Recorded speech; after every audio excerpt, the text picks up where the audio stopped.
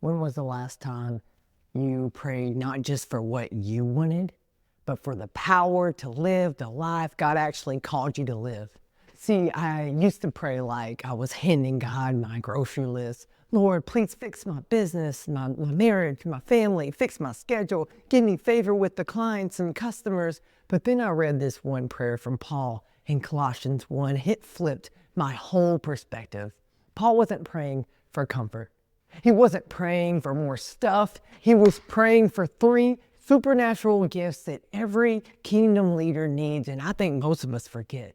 This prayer, it'll change the way you lead, the way you handle tough people, and the way you show up when life punches you in the mouth.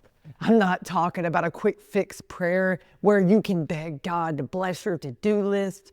I'm talking about prayers that dig deep, the kind that shape your mindset, your decisions, and even how your kids and your wife and those you call see you lead. What if I told you that prayer isn't about changing God's mind, but it's about aligning your mind with God's will for your life? And what if the very thing you've been asking for, peace, wisdom, patience, God's been ready to download into you all along? Today, we're diving into the 3 most powerful things you can pray every single day, straight from Colossians 1, 9 through 11 reads, "For this reason we also, since the day we heard it, do not cease to pray for you, and to ask that you may be filled with the knowledge of His will in all wisdom and spiritual understanding, that you may walk worthy of the Lord, fully pleasing Him, being fruitful in every good work, and increasing in the knowledge of God, strengthening with all might according to His glorious power for all patience and long-suffering with joy." Can I be real with you for a moment? I used to avoid these kinds of prayers because they didn't feel productive. I wanted strategies. I wanted checklists. I wanted control. My pride had me in the driver's seat, trying to be the king of my kingdom, when really the way to most effectively lead is to be a better follower. But you know what I found out as a husband, as a dad, as a coach, business owner, mentor? The moments I felt the most stuck were the moments I was actually out of alignment with God's will. You see, these 3 prayers pulled me out of overwhelm and helped me lead my family with peace, and gave me the courage to make hard decisions in my business and in my life. So let's get into it. The first of these 3 great prayers. Number 1, pray for discernment. God, help me hear your will clearly.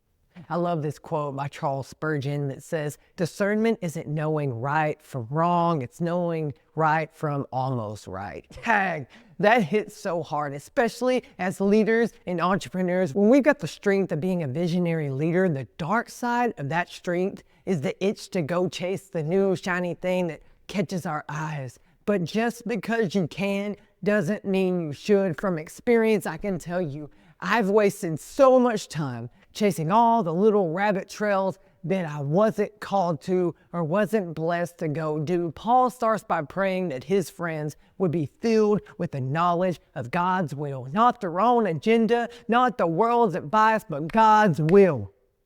Most of us pray like this: God, here's what I need. We can turn God into a jackpot genie in the sky, granting us all the wishes we want. But what if prayer isn't about making God listen to you, but it's about you listening to God? When you pray for discernment, you stop running around putting out fires. You stop chasing every opportunity that comes your way, and you are led, and you lead with clarity and confidence because you know you're following God's plan, not just your emotions.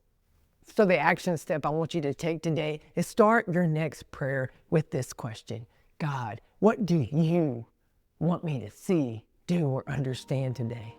And then number 2, hey, better than best fam, real quick before we dive back in, I hope that this episode is encouraging, educational, entertaining for you. But first, did you know that 98% of the people that watch these videos aren't subscribed yet? So first, I want to say thank you for watching. And 2, I want to say hit that subscribe button so you can be the first to be notified when I drop more content like this. Now, let me ask you something. Are you a kingdom-minded husband, dad, entrepreneur, business owner, leader who's tired of battling that constant overthinking, second-guessing every decision, or maybe you just feel like you're stuck in a rut or in your own head?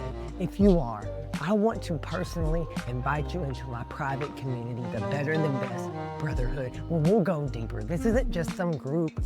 Inside, you're gonna get my red print mini course, a 5-step process to break free from every label, lie, and limiting belief holding you back so you can lead with unshakable confidence when God says you are. You'll also get weekly reflections from these podcasts, what I like to call the principles to practice, so you can not just be a hearer of the word, but a doer. It's taking radical action. You'll also get bonus content, extra episodes that you won't find for free online. You'll get deep dive courses and Bible studies so you can sharpen your leadership in all areas of life. You'll also get live coaching and Q&A, once a month group calls where we can unpack the stuff that most men are too scared to talk about. And you'll also get real accountability from brothers and myself who actually get it, because we've walked a similar path as you. But here is the truth. Your family doesn't need a perfect man. They need a present, confident, faith-filled, Holy Spirit-filled you. So if you're ready to stop performing and start leading from your true identity in Christ, click that link in the description, or maybe you'll find it in the pinned comment, and join us today. All right, now back to today's episode. Pray for wisdom and understanding. God, show me how to apply what I know and what you're teaching me. Maybe you found yourself in a season of waiting on God. Now, don't get me wrong, waiting is definitely a necessity, a part of life. But I want to challenge you with this question. Are you doing the last thing that God asked you to do? Or are you just sitting around complaining because nothing has changed yet? Paul doesn't just pray for knowledge. He prays for spiritual wisdom and understanding. That's not just knowing the Bible. That's knowing how to apply it. When your kids are acting crazy, when your teen drops the ball, or when your marriage hits a rough patch. Wisdom is knowing God's principles. Understanding is knowing how to use them in real life. We've all seen guys who know scriptures but can't lead their family with love. That's knowledge without understanding. Paul says you need both. So the action step for today is each morning I want you to ask God, help me take what I know, what you're teaching me, what you're showing me, and apply it practically to what I am facing today. You can ask yourself, how does this biblical truth apply to my life? And then our third prayer to pray is pray for strength. God, give me the power to actually do it. I can remember there was this time that I was at the gas station and I felt like the Lord was telling me to go pray for this lady that was getting gas. And I'm gonna be honest with you, I didn't go pray with her. And I can definitely tell you it's eaten me alive because I didn't obey and act on what I felt like God was leading me to. You might have been in a similar situation, and here's the truth. Most of us know what we should do, but the hard part is actually doing it. And that's why Paul prays that we be strengthened with God's power, because knowing God's will is useless if we don't have the courage to walk it out. You see, not acting is an act of disobedience.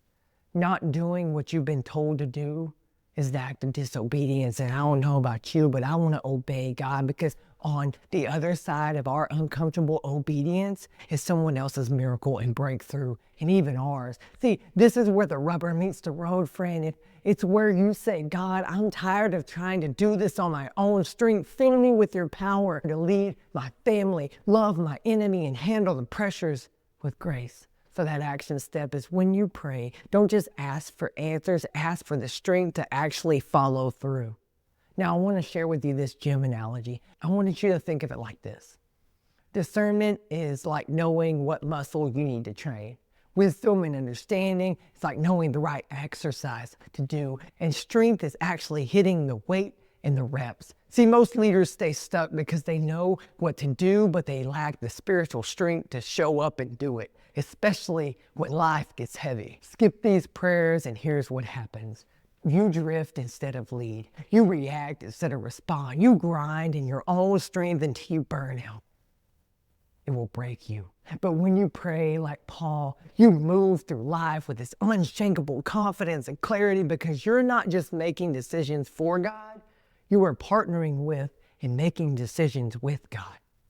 And there's a bonus here. Paul sneaks in this one more thing. He prays for joy, not happiness that is a fleeting feeling, but joy that nothing and no one can steal. That's the kind of joy that carries you through disappointments, rejections, delay, and difficult people. When you walk in that joy, you become unstoppable. Not because life is easy, but because God's strength is in you, friend. So here's my challenge for you the next 7 days. Start your morning with these prayers. God, help me hear your will clearly. God, help me apply what you are teaching and what I know. God, give me the strength to do it.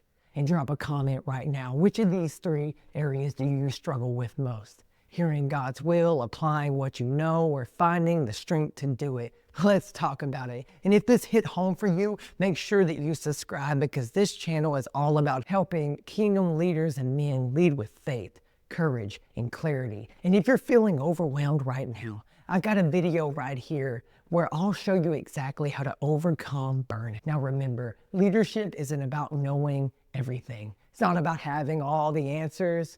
It's about staying close enough to God and sensitive enough to His Spirit to hear His answers, and being bold enough to walk them out. Keep leading with faith. Keep loving your family well. Keep loving those that you're called to lead and serve. And never forget, the world doesn't need perfect leaders. It needs men who are willing to pray like Paul. And I'll see you in the next video.